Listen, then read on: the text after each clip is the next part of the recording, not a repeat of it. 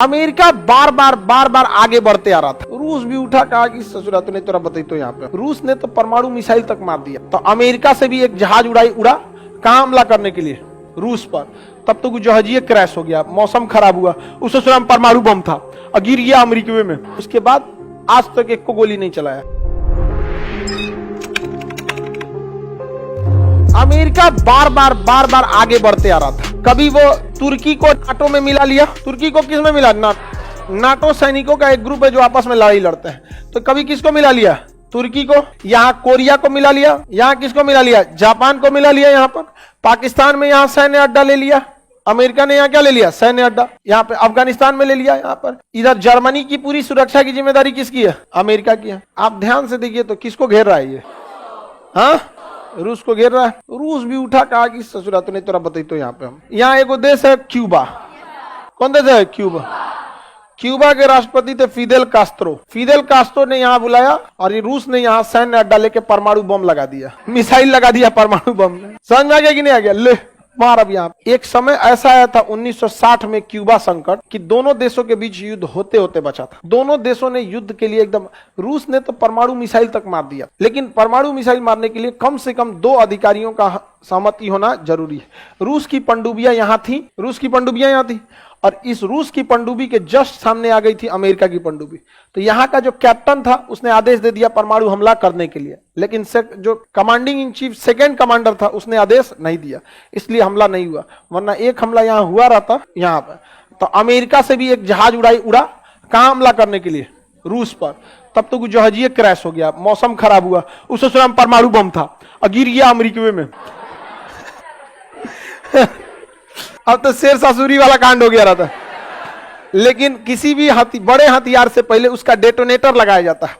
जब उसे रखा जाता है तो डेटोनेटर निकाल के रखा जाता है। हमला करने के टाइम उसका डेटोनेटर ऑन किया जाता है। उसका डेटोनेटर ऑन नहीं था, कई लेवल के उसमें ऑन सिस्टम किए जाते हैं। एक जगह से नहीं, ऐसा नहीं तो एक डेटोनेटर लगाएंगे तो भड़केगा। उसकी कई लेवल की सिक्योरिटी होती है। तो लगभग जब ब्लास्ट हुआ था ना तो कई ठो डेटोनेटर ऑन हो गया था और वह 70% ऑन हो गया था। बस एक डेटोनेटर की कमी थी, बाकी का 30% पूरा कर देता। कहानी किस्मतों साथ देता है इसका। समझ आएगी नहीं आ गया? ओकर अपने गिर गया बम। यहाँ पे बड़ी खतरनाक है परमाणु बम, इसको शरीफ मत समझिएगा। पता चला ले गए, मौसम खराब हुआ, वही का जहाज गिर गया। क्यूबा संकट समझ में आ गया? 1960 से 61 के दौरान इन दोनों देशों के बीच ऐसा लग रहा था कि सुबह में युद्ध होगा कि शाम में। एकदम भयानक स्थिति हो गई। इसी का फायदा उठाया चाइना ने। देखा कि पूरी दुनिया बिजी है, भारत पे आक्रमण कर दिया। अक्साई चीन ले गया 1962। तिब्बत ले गया 59। क्योंकि इन दौरान पूरी दुनिया किस में बिजी थी? क्यूबा।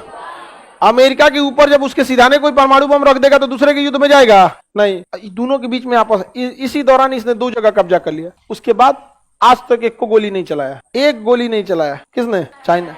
इसलिए याद रखिएगा, जब पूरी दुनिया किसी विकट परिस्थिति में पड़ी रहेगी उसी समय चाइना आगे आता है।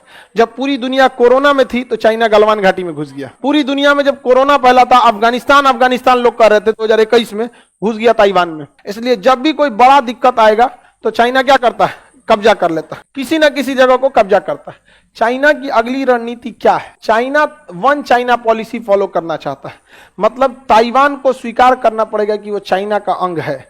इसलिए जब भी कोई बड़ा संकट आएगा, जैसे यूक्रेन आ गया तो यूक्रेन नॉर्मल हो गया, यहाँ पे कोई बड़ा संकट आएगा तो चाइना इधर क्या कर देगा? अपनी सेना भेज देगा। यही मौका रहेगा भारत को अक्साई चीन लेने का, क्योंकि इसके बीच में दुनिया का सबसे बड़ा पठार है, तिब्बत का पठार। इसे पार करना बहुत बड़ा आफत है।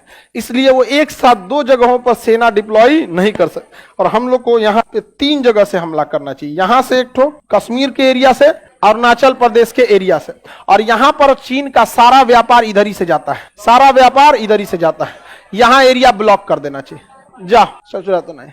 समझ में आ गया कि नहीं आ गया? CPEC। अरे तो यहाँ से जब हम युद्ध करेंगे तो ये ना CPEC जा रहा है, खत्म कहानी हो गया। अब उसके साथ 2 ही रास्ते रहेंगे, या तो ताइवान से लड़े या तो भारत से। ताइवान से लड़ेगा तभी अमेरिका आएगा, भारत से लड़ेगा तभी अमेरिका आएगा। ताइवान से लड़ेगा तो रूस चाइना का साथ देगा, और अगर भारत से लड़ेगा तो रूस मना कर देगा। अरे हम है ना, पुतिन कुछ नहीं करेगा। आगे बढ़े। अब सोचते हैं किसी दिन जाए, युद्ध खत्म हो तो रूस पुतिन से मुलाकात किया जाए कभी। बढ़िया आदमी है। आगे बढ़ जाए। पुतिन भारत को कभी नहीं छोड़ेगा, समझ में आ गया कि नहीं गया? भारत को छोड़ के जाना भी नहीं चाहिए रूस को, वरना गाना गाना पड़ेगा, मुझे छोड़ के जो तुम जाओगे बड़ा पछता। समझ में आ गया कि नहीं आ गया? पुतिन रिंगटोन यही लगाया होगा। पुतिन को फोन कीजिएगा, रिंगटोन बजेगा, मुझे छोड़ के जो जाओगे बड़ी मार खाओगे। पछताने वाला काम थोड़ी करता है।